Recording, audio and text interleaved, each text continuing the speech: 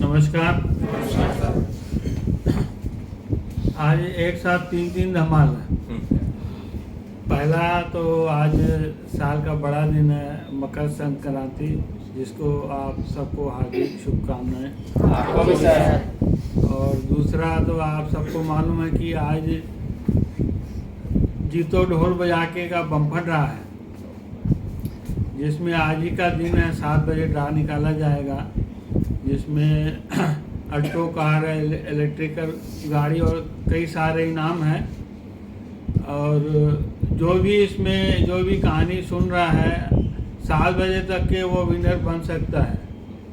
इसका भाग लेके 3000 खरीदी में कूपन लेके अपना किस्मत आजमा सकता है। इसलिए ज़्यादा से ज़्यादा आके अपना किस्मत आजमाएं और हो सकता है वो ऑल्टो कार की चाबी आपका इंतज़ार कर रही है। और तीसरा, आज कहानी का डे है। कहानी से शुरू करते हैं। एक पौधा कितना भी हरा भरा क्यों न हो, जब तक उसे सींचेंगे नहीं तब तक फलेगा फूलेगा कैसे। आज की कहानी है एक रामू काका की, जो एक फैक्ट्री में पेड़ काटने का काम करते थे।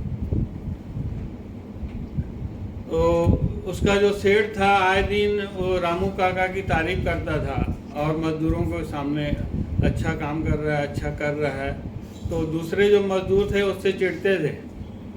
एक दिन हट्टा कट्टा नौजवान मजदूर सेठ के पास जाता है। बोले, सेठ, रामू काका से हम लोग ताकत में भी ज़्यादा स्फूर्ति है हमारे में, और डेली वो आधा घंटा के लिए घर चले जाते हैं। हमारे से उम्र में भी बड़े हैं, बुजुर्ग हो चुके हैं, फिर भी आप उनकी तारीफ करते हो। बोला, मेरे को ये मतलब नहीं है कौन आधे घंटे के लिए लंच ले रहा है, क्या कर रहा है।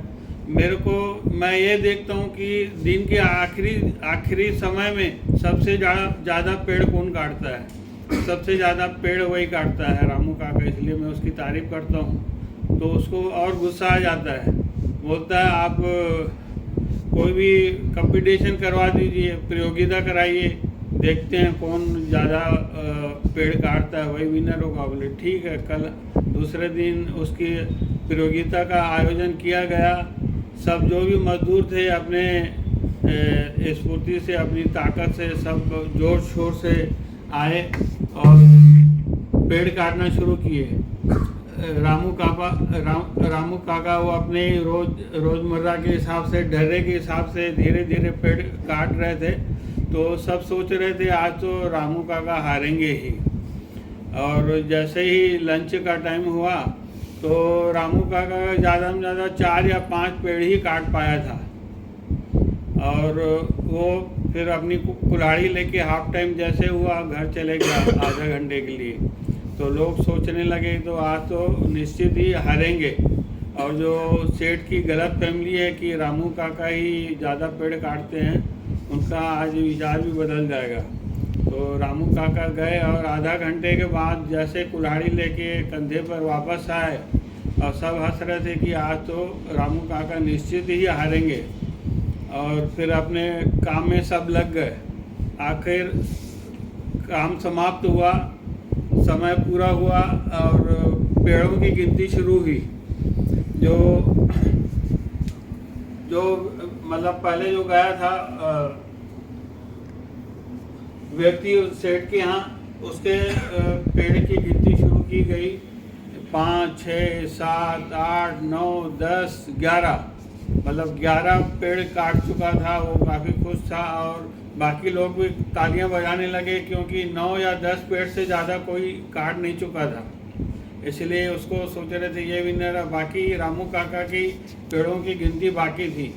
जैसे ही उनके पेड़ों की गिनती शुरू हुई, 5, 6, 7, 8, 9, 10, 11, ये 12, जैसे ही 12 हुआ तो सेठ उसका बहुत खुश हो गया। बोले, आज मैं अपने को सही साबित कर सका। और रामू काका को 1000 रुपये नगद पुरस्कार दिया और चले गया। जो बॉडी बिल्डर था व्यक्ति, वो उसके रामू काका के पास आया। बोले, रामू काका, मैं अपनी हार मानता हूँ। आप मेरे को बताइए आपका राज क्या है? आप आधे घंटे के लिए आराम करने भी चले जाते हैं, उसके बावजूद भी हमसे ज़्यादा पेड़ काट ले, तो ऐसा कैसे? बोले एक्चुअली मैं जब घर जाता हूँ ना, तो उस समय अपनी कुल्हाड़ी को तेज करता हूँ, जैसे मैं बाकी समय में जाके ज़्यादा में ज़्यादा पेड़ काट सकूँ। असल में हम लोग जो जिस स्केल में है, जिस फील्ड में है, वो हमारी कुल्हाड़ी है।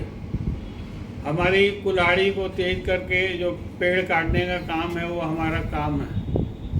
हम अपने काम में कितने भी निपुण क्यों न हो, वक्त के साथ उन्हें अपनी स्केल के साथ उन्हें मतलब इनहेंस करना ज़रूरी है। आप किसी डॉक्टर को ही ले लीजिए, अगर डॉक्टर की पहले की पढ़ाई की हो, अभी नई तरह के नए मेंशन, नई खोज, नई मेडिकल रिसर्च अगर नहीं करेगा तो दूसरे डॉक्टर से कैसे कंप्लीट कर पाएगा? ब्यूटिशियन की ले लीजिए, अगर ब्यूटिशियन वाले अपने नई सर्च, नई खोज, नई तकनीकी, नए फैशन नहीं लाएंगे तो आप उनके यहाँ जाएंगे क्या? आप जो भी फील्ड में काम कर रहे हो, जो भी आपका काम है, उसको लगातार स्केल करना, डेवलपमेंट करना आपका काम है। अगर आप डेवलपमेंट करते रहेंगे तो आप एक बार विनर नहीं, हर बार विनर हो सकते हैं। धन्यवाद।